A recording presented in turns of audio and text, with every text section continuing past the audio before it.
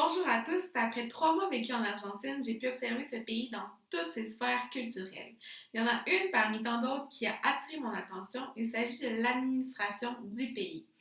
Donc, tant sur le plan national que sur le plan culturel, il y a quelques éléments que j'ai vécus qui ont suscité beaucoup d'intérêt de ma part. Donc, je fais rapport de 3 éléments que j'ai vécus qui témoignent de l'administration du pays. Premièrement, le Bureau d'immigration nationale de l'Argentine.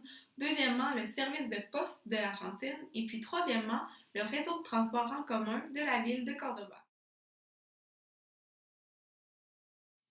La photo que vous venez de voir représente le Bureau d'immigration de l'Argentine à Cordoba. Donc, pour vous mettre en contexte, je vous explique un peu comment vous y prendre. Le bureau d'immigration ouvre chaque matin à 7 heures. Je vous conseille d'y être à 7 heures, puisque comme ça, avec un peu de chance, vous serez parti vers 14 heures. La tâche en soi n'est pas si compliquée. Ce qui rend compliqué la demande de visa, c'est la façon dont les gens s'y prennent. En effet, vous devrez aller voir une personne pour chaque partie de votre visa et non consulter une personne pour toute la demande du visa. Donc, vous partagez la salle avec une multitude de personnes qui, comme vous, attendent d'avoir leur visa. La salle est conçue pour recevoir environ 50 personnes, mais il y a toujours le double, voire le triple de personnes qui attendent pour un visa. Donc, une fois que vous rencontrez une personne, cette même personne se fera un plaisir de vous aider tout en buvant son maté. Le maté étant un thé typiquement argentin et en vous faisant écouter la musique nationale de l'Argentine. Et puis, vous pourrez aussi savoir qu'un de ses amis vient de publier une photo très intéressante sur Facebook parce qu'il sera aussi à la fois sur sa page Facebook. Une fois que la demande est commencée, vous devez aller payer votre visa.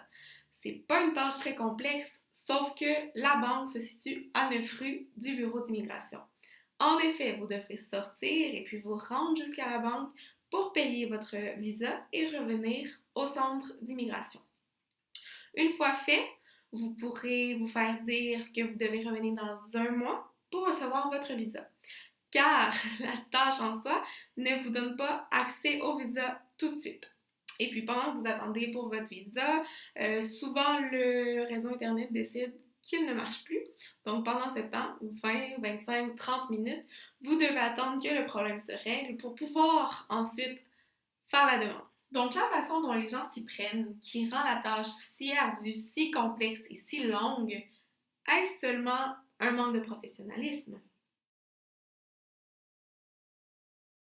Donc, comme vous avez pu voir sur la photo, pour le deuxième élément, il s'agit du Bureau de poste national de l'Argentine. Étant une étudiante étrangère, j'ai eu recours à ce service à plusieurs reprises, puisque mes parents m'ont envoyé des colis du Canada.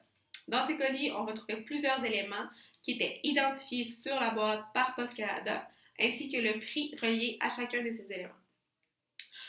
Même si l'emballage était très bien identifié, j'ai vu que mon colis avait été ouvert à plusieurs reprises, soit aux douanes de Buenos Aires puis aux douanes de Cordoba. Même si on avait payé les frais supplémentaires pour le courrier express, mon colis est arrivé au-dessus d'un mois plus tard. Et puis c'est le cas pour plusieurs de mes amis aussi. Un de mes amis s'est fait envoyer 1000 $ américains par son père en Argentine. On n'a pas compris que son colis n'arrivait pas. Et puis plus tard, on s'est fait dire qu'évidemment, dû aux politiques protectionnistes du pays, il est interdit d'entrer en Argentine de l'argent de quelconque pays à travers le monde. C'est le cas aussi de la mère d'une de mes amies. Elle avait payé les billets pour le concert de Bon Jovi à plusieurs de ses amis qui se trouvent au Chili et en Bolivie. Le concert a été annulé à la dernière minute. Les billets n'avaient pas été payés par ses amis, seulement par elle. Elle a donc dû ainsi investir plusieurs milliers de dollars dans ses billets.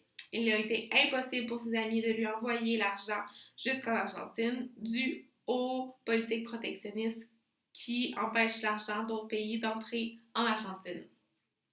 Aussi, on peut dire que les restrictions qui s'appliquent aux colis sont très très sévères. Les douanes effectue un minutieux examen de chaque colis.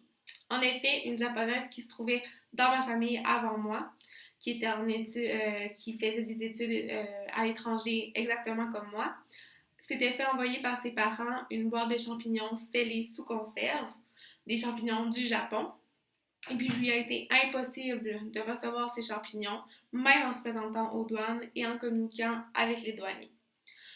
Donc, sachant qu'il est si compliqué de se faire envoyer des produits et de recevoir aussi de l'argent, peu importe pour des étudiants étrangers qui sont là pour 4 ou 5 mois, mais pour ceux qui vivent ici, ça peut être un vrai problème.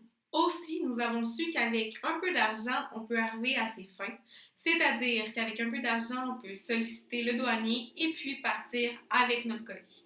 Donc, sachant qu'il est si compliqué de recevoir des colis à travers le monde, que ce soit seulement de l'argent ou que ce soit simplement des médicaments ou quelconques éléments, et sachant qu'il est possible de payer pour arriver à ses fins, pourrait-on dire que la poste argentine est un peu corrompue?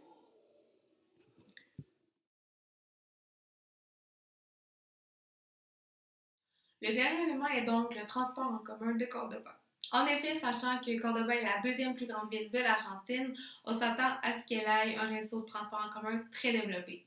En effet, c'est le cas, elle détient plus d'une cinquantaine de lignes d'autobus qui parcourent toute la ville, mais qu'en est-il de son efficacité?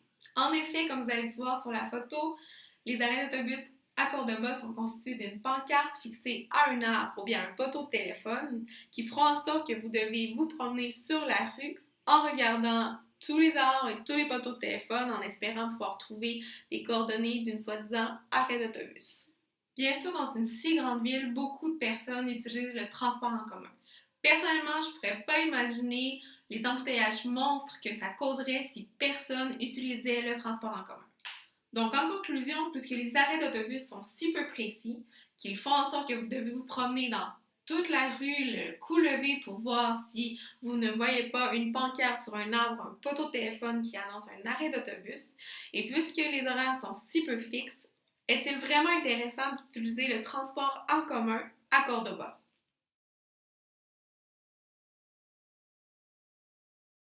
Donc voilà, j'ai décidé d'axer mon reportage sur les lacunes de l'administration en Argentine. Puisque les services sont si complexes à obtenir, on en vient à se demander si cela n'entraînera pas une démotivation de la population.